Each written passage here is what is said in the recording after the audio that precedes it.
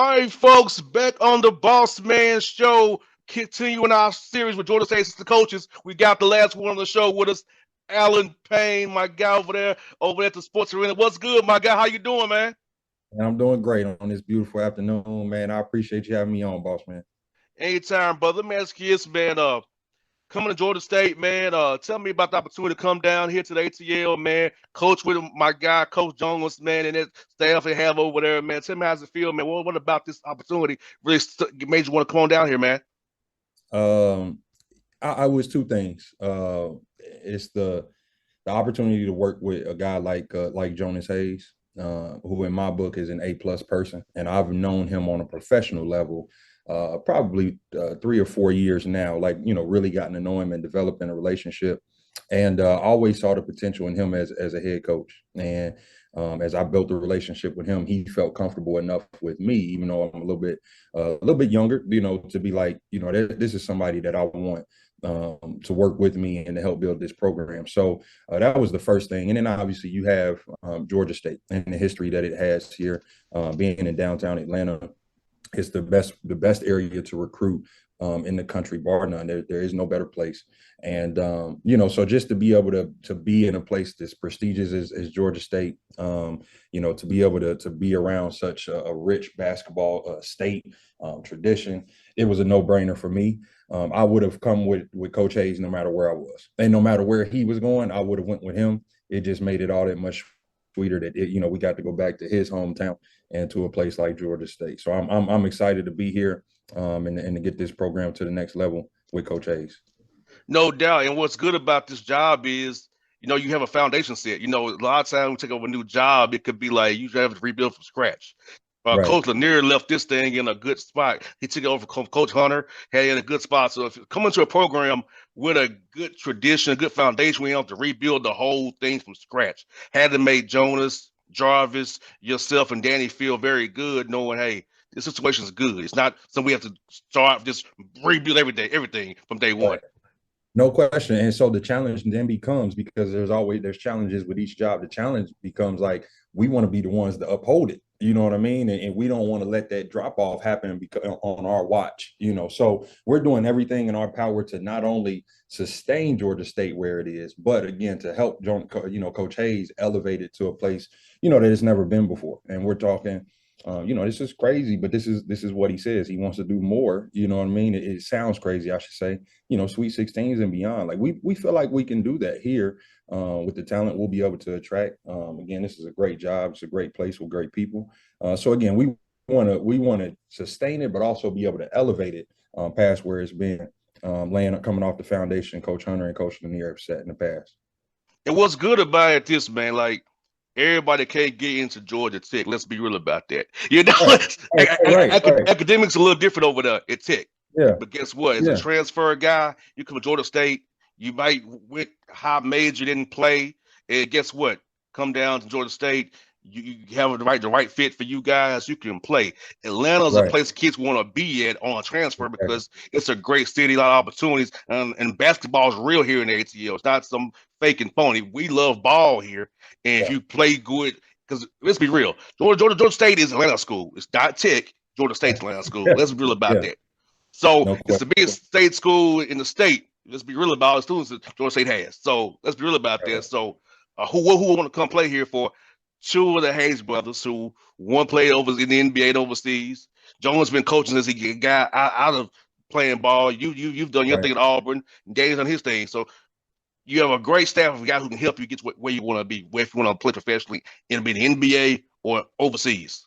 Yeah, yeah, I think you hit it on the head too, and it's been evident. And just we've been on this job since early April, probably going on 4 or 5 months now, and that's been evident in our recruiting. Like we got 3 transfers that were Atlanta-based kids. And Dewan Odom, Brendan Tucker, Jermaine Mann, like those were all guys that went to different levels and left the city for whatever reason and ended up coming back because they knew that they had a spot home. So there's not going to be a shortage of guys that want to come back to Atlanta and want to be a part of this program. Again, you talk about the previous coaches, like that was Coach Hunter's thing, from the outside looking in. It's like, hey, let these guys, if they, we'll recruit them while they're here. If they want to go somewhere else, they know that they have a home for the most part. And so the challenge again for us is to be able to select the right kind of guys to bring back home.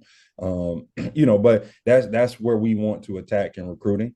Is make sure that we take care of Atlanta, take care of Georgia first, and then we can work our way out, whether that's transfers, whether that's high school kids. We know we have to put a premium on this area. No doubt, like you said, we're in a melting pot, a hotbed of Yeah, basketball and yeah, football. yeah. So you ain't gotta really go too far finding somebody that can No play, question. which is No and I question. know that the AD loves saving on the recruiting budget, so I mean that Yeah. helps. Oh yeah, yeah, yeah. He gonna let us do what we gotta do, but now if we can stay under that line now, that helps him. So but yeah, like we don't have to travel too far. I'm looking at some of our schedules now where we're going in fall recruiting. We can go out on September 9th for the first time. And it's like, all right, we're going, 20 minutes up the road here, 40 minutes up the road here, and then we can be back.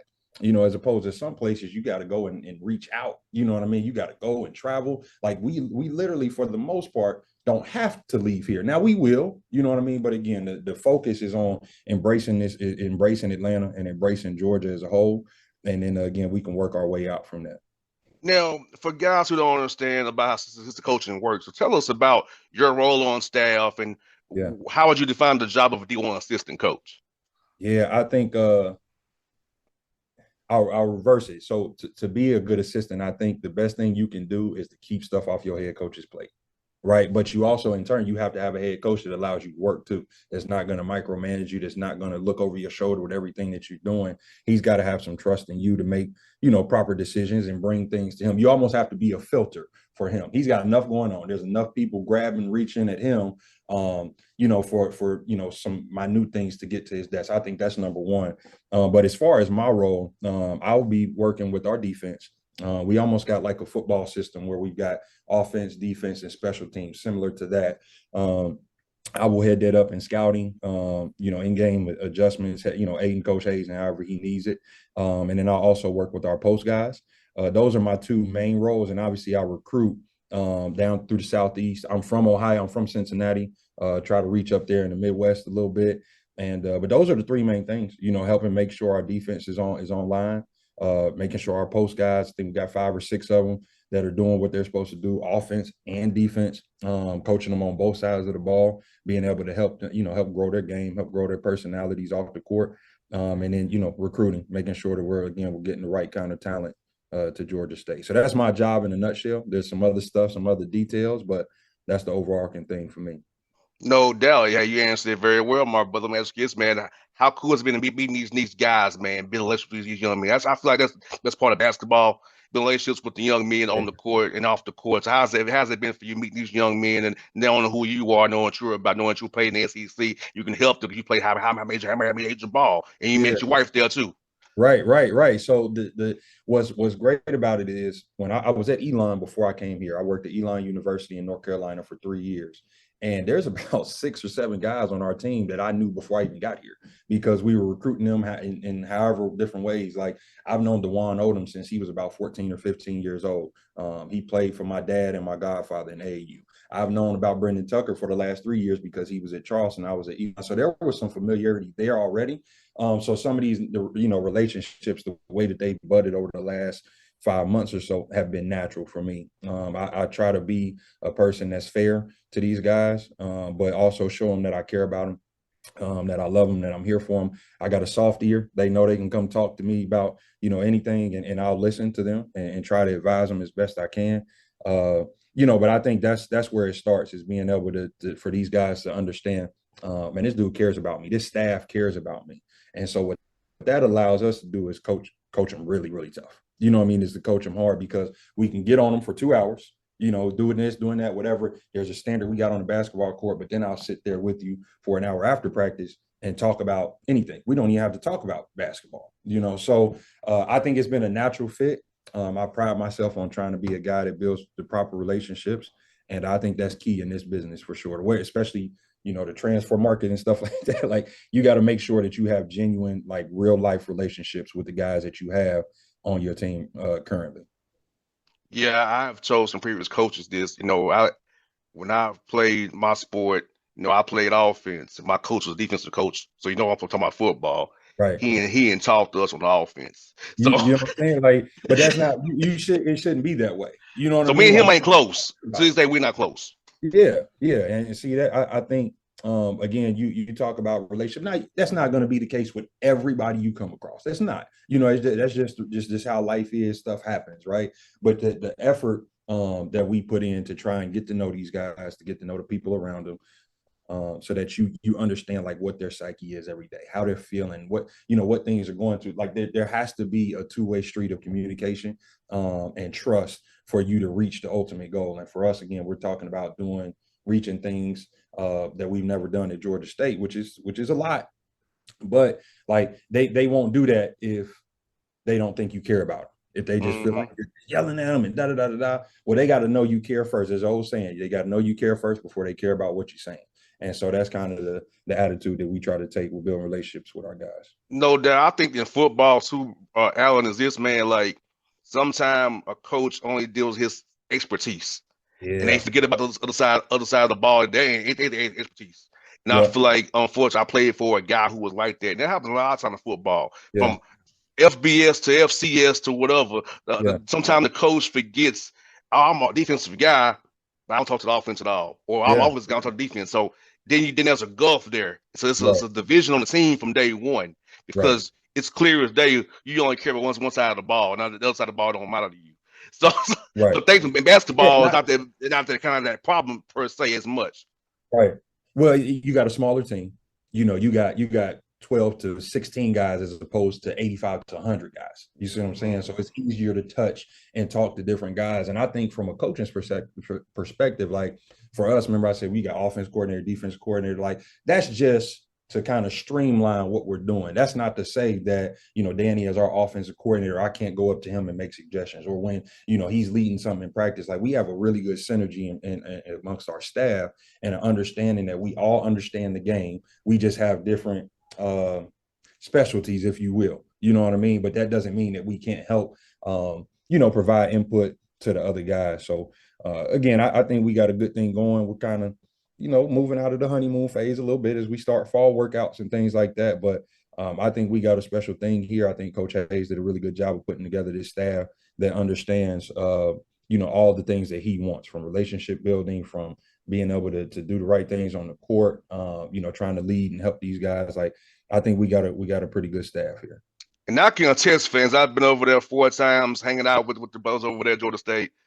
They have synergy for real. It's not fake and fun. It's not just some coach speak. Yeah, I've witnessed it myself. So yeah. I've been over there 4 times and saw it live in person myself. Listen, man, I've known Jarvis Hayes, like known him since the day I got here. That's when I really met him. Like, and it's like we've known each other for 20 years already. You know what I mean? Like I can go back and forth at him. And I think that's especially key amongst your assistants, right? Like they really have to get along with each other to be able to show the rest of the team too. Like, hey, guys can work together. They can be different. They can come from different places, but still work together and get the job done. So that's important to us.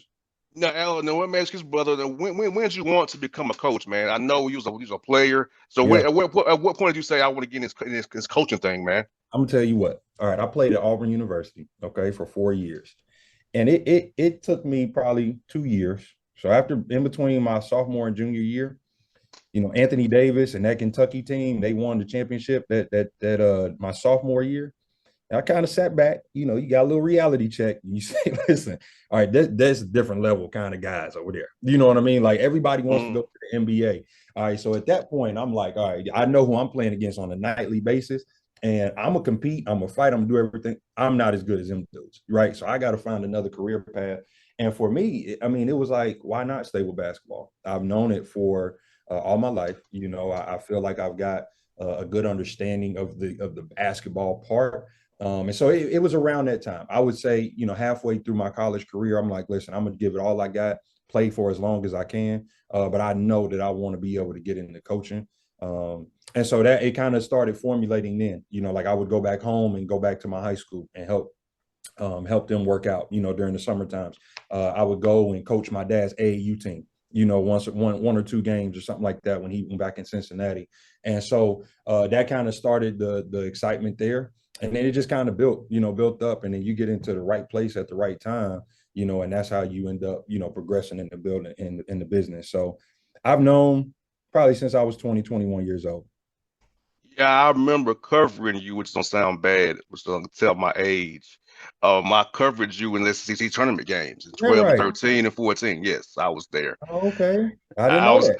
yeah, I Oh, covered yeah. you, brother. I covered you. Look, Oh, but yeah. I tell them my age to a degree, but yeah, I covered you, man. Man, that's In crazy. 12, That 13, just and means you a 14. vet. That just means you a vet. That's all. Yeah. So yeah, I remember that 14 in the Georgia Dome. That was last time I had at the Dome in 14. Your senior year there. We did play. Yes, we did. We did play there. We actually played South Carolina. That was the first time that we lost to South Carolina in my whole career. Unfortunately, it was my last game of my career, but I had a great experience at Auburn. I played for a good man in Tony Barbie. I didn't always see eye to eye, but I always took lessons from him. And I'm grateful to be able to play for him. I think you mentioned this earlier. You did your research. I met my wife there. She was a hell of a basketball player at Auburn, women's basketball player. And so I had a great experience at Auburn. Did we win as much? No, but I think you take away the little things that you come away with in life. And like my best man in my wedding was our point guard. Things like that. The relationships and stuff that I got from there are invaluable, and I'll have them for a lifetime. So I really appreciate Auburn in that way.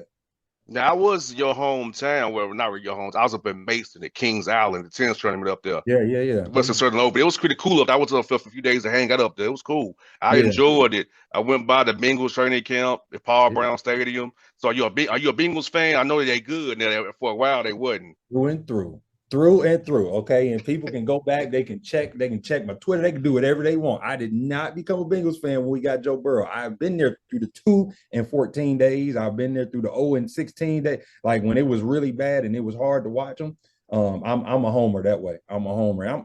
I must admit I'm a little bit fair weather on the Reds. All right, a little bit fair weather on the Reds. I don't follow baseball as much, but the Bengals, I'm diehard. I mean, like every Sunday I can watch them. I'm watching know the draft picks, all of that kind of stuff. So I keep up with them yeah, to a high degree. Yeah. Now I like the Bengals old uniforms when they had Corey Dillon, that dude, that running back dude. So yeah, I Oh liked yeah. him. Oh I yeah. like The and I helmets used to ain't love changed. that. I used to love when they beat Tennessee because going to Tennessee State. The Titans was the team who had us. So Yeah. I was just going to the Tennessee Titans. Yeah. They really don't want us to play at their stadium, but if they want to be in Nashville about them agreeing to let TSU play there Oh, is that right? because they don't. They claim that they're banning us best to fill up. That's their argument Well, because that's the they whole. play on Saturdays and they on Sunday the field semester because the banning us playing on the field. So the Titans really don't want us to play at their stadium, but without the TSU Tigers, they wouldn't be in Nashville. Exactly. Exactly. Yeah. You So got that's you why I got would to cheer figure for out them to love. lose, knowing that. Hey, my Bengals took care of them last year, man. So I got you. I'm right there with you. I enjoyed it. It makes me smile every time they lose, knowing that these saps didn't want to play. Yes, they Yeah. sap suckers. You know. No, So no question. no doubt, well, brother. Hey, man, it was fun to chat with you, my guy. I'll do this again real soon. I'll see you guys soon, man. And I love what you all doing. I look forward to seeing all come together November, my guy. Absolutely, boss man. You welcome around these parts anytime. Appreciate you, baby. Anytime, brother. Thank you.